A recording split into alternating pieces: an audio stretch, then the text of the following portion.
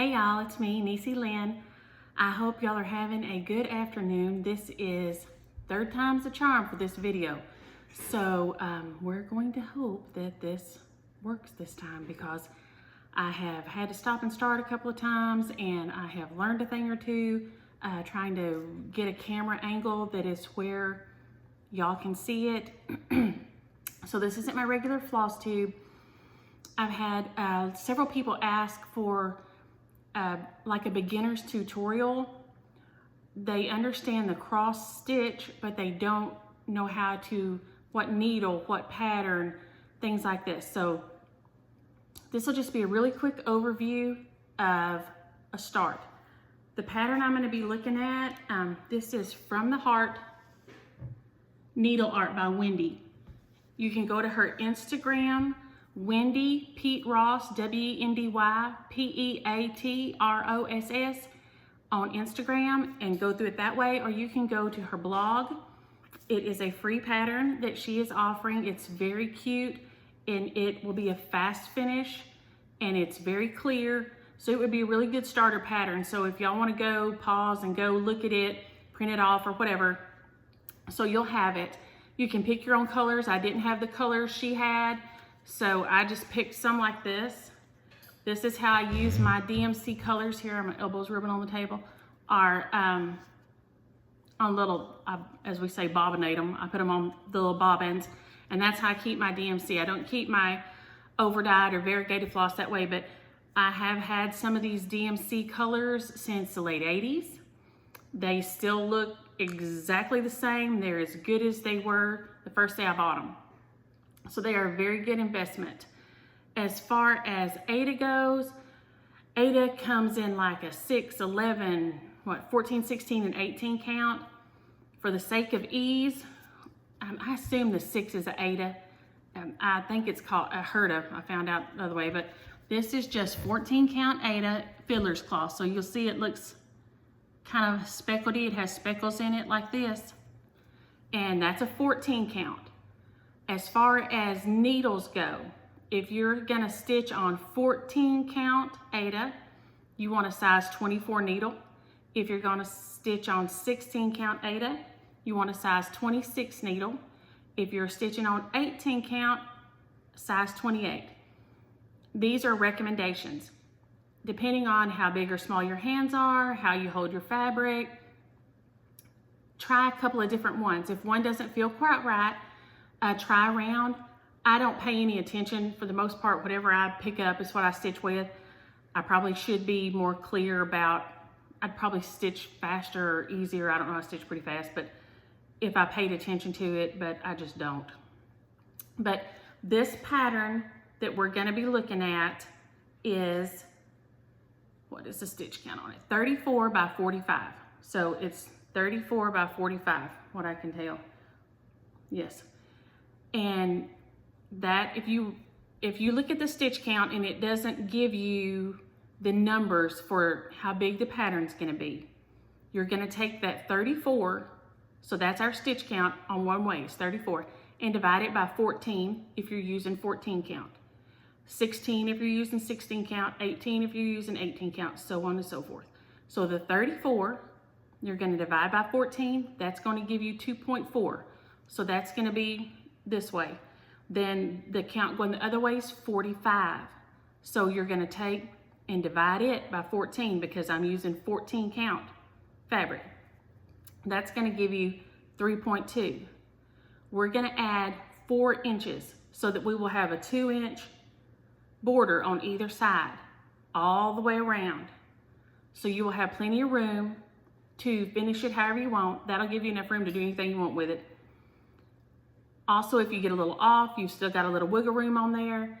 So don't, especially when you're first starting, when I stitch nowadays, I usually give myself about 1.5 inches, and that's fine, that's plenty for me.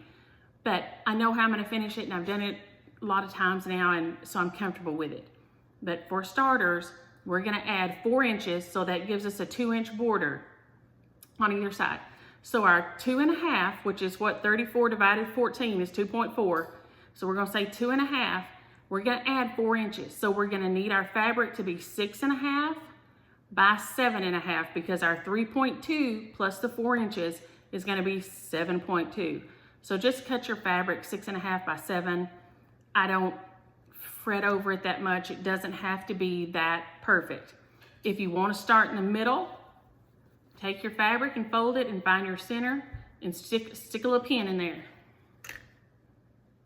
And this, I grabbed this out of my little pin cushion here, probably has some thread in it. But here we go, we folded it 4 times. So if you want a center start, just push a little pin through there so that you'll see where your center is right here. See, there's a little pin we stuck through in the very center. If you want a center start, that's fine. I do sometimes, it depends on how the pattern's laid out and how the motifs and designs are. But if you want a center start, you find your center on your pattern, there's your center on your fabric, and you just work outward, okay? If not, we know that we have given ourselves a 2-inch border here to start with. So we can take our ruler and we can come in about 2 inches this way and about 2 inches this way. And that's gonna put us about where I put this pin right here, okay? So this is gonna be our starting corner for our design, right here. This design has a straight border going across the top, which is another reason I picked this. It's super easy pick. As far as starting goes, the easiest thing to me, and I'm gonna pull this out because we're not using him, we're gonna start in the corner here, is to do a loop start if you're using DMC and you're using 2 threads, because if you're on 14 count, you're gonna need to have 2 threads or it's gonna look really sparse, okay? You might have seen, if you go to video, maybe 2, 3, I stitched a big Santa on fiddler's cloth, just like this, 14 count. But I stitched it over 2, so it actually is a 7 count, and I had to use all 6 strands the whole time to cover it, okay? So on 14 count, you're gonna need 2 threads. The easiest way to me, if I'm doing 2 threads, is to loop it. So here are our 2 pieces. That's what I threaded through the needle. Thread the 2 loose ends through your needle, and that's gonna leave you with a loop right here, okay? So this is our loop start, and we're gonna use that to secure our thread. That's gonna be our knot, because you never want knots on the back of your fabric. It'll make it bulge out when you try to finish it, and it'll look not smooth and pretty on here. So y'all have helped me today because I did find out that I can tilt this camera. So this is very cool here to find out that I can tilt the camera. So we're fixing to get a start on here. Let's see, I'm gonna pull you down just a little bit here. And I'm gonna scoot you this way, and I'm hoping that we will have enough light on here for y'all to see, okay? This is gonna be our starting point right here. This is where we decided our corner is. And let me see, I gotta get my glasses on here. Okay, so this is our starting point. Here is our looped thread here, right here is our loop, okay? That's super close. And here's our little start. So we're gonna get our little starting square, and we're gonna pull our needle up. I go from bottom left to top right is the way I stitch. It doesn't matter which way you finish, as long as all your stitches are going the same way if you want them to look smooth. Okay, so we're gonna pull up here, and here's our little loop. You'll see our little loop here, and we're gonna put our needle through our loop and pull it, and there our thread is secure right there, okay? So we have a half cross on the front,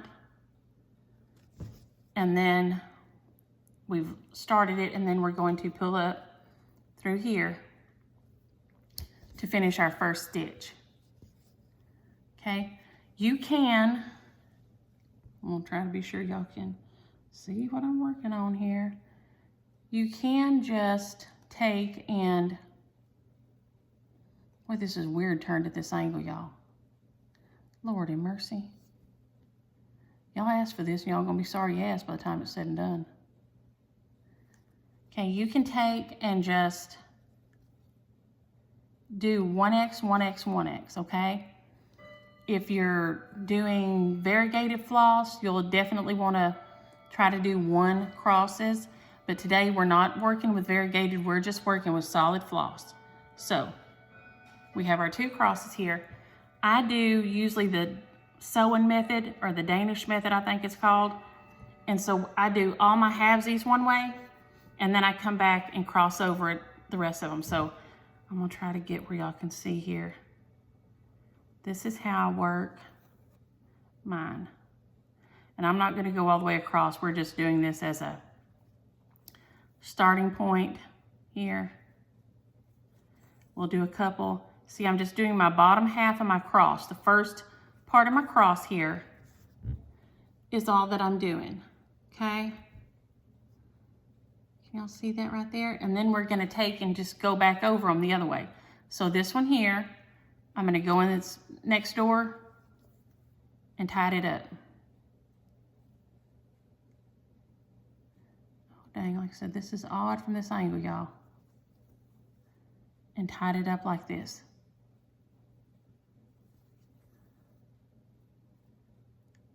So, okay. So we've got back to where we started, and I'm just gonna push back through here because I don't need to do that right now. So we've got 6 of our crosses done. On this pattern, or whatever pattern you're doing, you'll need to finish on a cross, however many there are. But we're also going to talk about tying off here. So when you're at the end of your thread or the end of your row, take your needle and, let me see, I'm gonna go this way with it. Like I said, I'm trying to turn it so the camera looks somewhat where y'all can see it, I hope. And you're gonna run your little needle right through here. See, we're on the back side, and these are the straight sides of our stitches. Oh, I caught part of my fabric right there. Dang it. There we go. Okay. Now, so see, our needle is under our stitches there. And we're going to pull him on through and just clip him off. I keep hitting my elbow on there, y'all. Yike. Okay. All right. So there is a row of stitches that we have started right there. We've started it with a loop. We've tied it off on the back. We can do our stitches individually one at a time, or we can do the sewing method and do all our bottoms and then come back and cross over all our tops. You'll just want to make sure that you use get them all going the same way. Does that make any sense? I'm gonna try to put in some of these others up here. This is a pattern I'm fixing to show y'all. This is an old magazine, and I worked this piece here, and I knew where the magazine was, so yay for me. Because I want y'all to see Aida, let me just push this back some more where it was. There's nothing wrong with working on Aida. Aida can be just as beautiful. It is not look as, I don't know, the fabric just isn't as fine as all there is to it. So I'm gonna push y'all back and try to get this in here, and I'm crookedy, but oh well. Okay, this is that same piece. It's worked on, I don't know about a sage colored piece, but all my top crosses are going the same way. And that's all that really matters. This is a nice piece. It's a nice size piece. I still display this piece. I still use it. And I stitched it, good grief, it should be on here somewhere if I can see it. Maybe 2007. It's down there in the corner, I think. Right there, 2007, I think. But it's a nice piece. Do not feel bad if you never want to stitch on anything but Aida. There is nothing wrong with Aida at all. I use it, like I said, if I'm traveling, especially if I'm in the car, on the airplane, Aida, it's much easier to stitch on in those cases. This is a tent stitch on some Aida.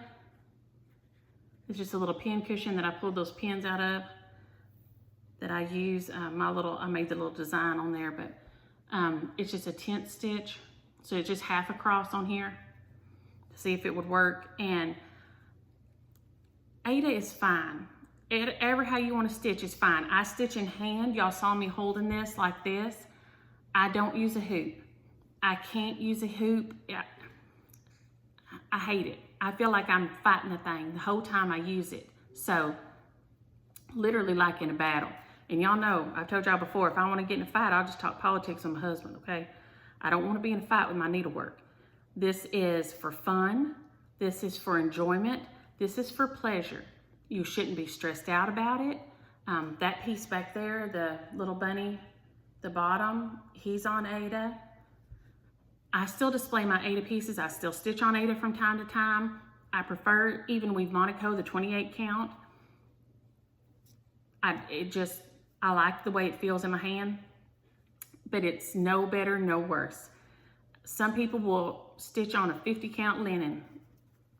I already have in contacts and I'm wearing glasses on top of that. So I don't know that I'll ever get the 50 count because I would have to do some kind of a magnifier. And y'all, I'm gonna apologize for my appearance. I went out, was weeding in the flower bed. And like I said, I tried to do this twice before. And one time King James got up from her nap and came in here. And then I realized I could tilt the camera when she came in here. So I learned something new, thanks y'all. And so I thought I'd just start again. And also I had this blue floss and it wasn't showing up really well on here. You couldn't see it really well. So stitch on your Aida. Start on an Aida, a 14 count. Get this this easy pattern, or if you'll go to Shelly, had at Just Stitching Ink, she has a floss tube and she did Freebie February and she showed free patterns the whole month of February. It is a great way to go look and see if you're just starting or if you're just getting back in cross stitch, what designers are out there, what their designs look like. I usually either stitch prim or kind of imaginative, cartoonish looking. I don't stitch Hades, the Heaven and Earth designs that are full coverage. I don't do those. That seems like a lot of work to me. And this is not work. This is for fun. This is just you, however you want to do it. And I am crooked and I can't stand it. Now I'm crooked the other way, Lord help. However you want to do, it's just to enjoy. This is for fun. If you get something, I will say, if you buy threads, buy DMCs, buy Sullivan's, if you're starting out, I don't know that I would care. I don't know that you want to spend for the overdyed. They're a little more expensive. So if you're just starting out, DMC or Sullivan's floss. I've never stitched with Anchor. I've heard it's good. I don't know. But don't buy cheap thread. If you do, you're going to be very aggravated and you're going to not want to stitch because it's going to knot up. Same way with fabric. I buy this. I've got it at Joann's, Hobby Lobby, Michael's. Usually all carry 8 o'clock. But if you get sometimes in kits, sometimes it's yucky, but if you get a bad piece of cloth and it's catching, as you're sewing through it, if your thread should just pull through smooth like this every time you go through it, okay? That needle should just pull right through there. If it's catching and snagging on your thread, I would change to a different piece of fabric. You either have a bad piece of fabric, which would be my guess, or you've got cheap thread, or maybe both, and you're not gonna enjoy it. You're not gonna like it. So get a decent piece of Aida, get some DMC Sullivan Anchor floss, an easy pattern. Like I said, this one she is From the Heart Needle Art by Wendy, and it's on her blog spot, or if you go to her Instagram, Wendy Pete Ross, WendyPeatross. She has beautiful patterns on there, and it's on her Instagram, gives you the link to her blog. And it was very sweet of her to do this free pattern, and the designers do, and that's very kind of them. And it's a good way to find out how their designs are. So this will just be Aida, and we can come back and talk about variegated floss or changing to even weaves or things like this. But several of y'all had asked for just a starting and how to figure out. So we're gonna figure the size of our pattern. So this one is 2.5 by 3 basically. And we're gonna add 4 inches to whatever that comes out to be, so that we can come in 2 inches and 2 inches and start at that point and stitch our design. That way you know you will have plenty of room. I have messed up on my fabric before and grabbed the wrong piece after I cut it and barely squeezed it in. I've had to change designs because it wouldn't fit. It's not the end of the world. Just change it up and finish the stitch and enjoy it. I'll stitch this up real quick and I will show it on my next regular floss tube that's not a tutorial. Oh Lord, y'all, there's that Instapot. James got me an Instapot a while back. I was scared of the dang thing because it was like gonna explode. And I've only used it once and it was terrible. And so now I'm wondering if it's gonna explode again. So if I'm dead in a minute, I love y'all. It's been nice knowing you. If not, we'll have dinner in a little bit. Yike. Anytime you say pressure cooker, I just think about a bomb. I'm sorry, but all my friends love it and use it all the time. So here we go. So we can come back and talk about, even weave or variegated floss or all this. This will give you a good start. It's just a very basic tutorial, y'all. I've never taken a class. This may be completely the wrong way to do it all. I don't know. This is just what I do. This is the way I do. My boyfriend's mom was sweet enough to teach me when I was 16, 17 years old. And I've just kept on doing it always. And I enjoy it, but I'm not a member of a guild. I probably should, I might like to be, but I'd probably have to drive a long ways and I hate that. So this may be just the wrong way to do it, but it's the way I do it. And that's what y'all ask about. I want you to enjoy it. It's a great hobby. It's very relaxing. It can be very inexpensive. You don't have to spend money. There are, you can buy just an occasional chart and the designers put out free charts. And, some of us give away our charts. And then DMC floss is not expensive. You can buy it and just stitch beautiful things. This whole piece here is on Aida. It's with all DMC floss. And yes, it looks like there's something going on here, but it's not. It's just a blended needle. I did a black and an orange thread because we always had a tortie cat pumpkin, and she was so sweetie, so I changed that to look like her. But let me see what I paid for this magazine here. This magazine was $6. My Aida wasn't expensive, and my DMC floss is very reasonable. So there's no reason you have to spend a fortune to make beautiful pieces with this hobby. If I didn't cover something y'all asked, let me know, shoot me a note, and I'll mention it. I'll cover it in the next floss tube. I hope that this helps a little bit. Carol especially, I've been promising you forever to get this done. And so I'm going to post this thing up really quick.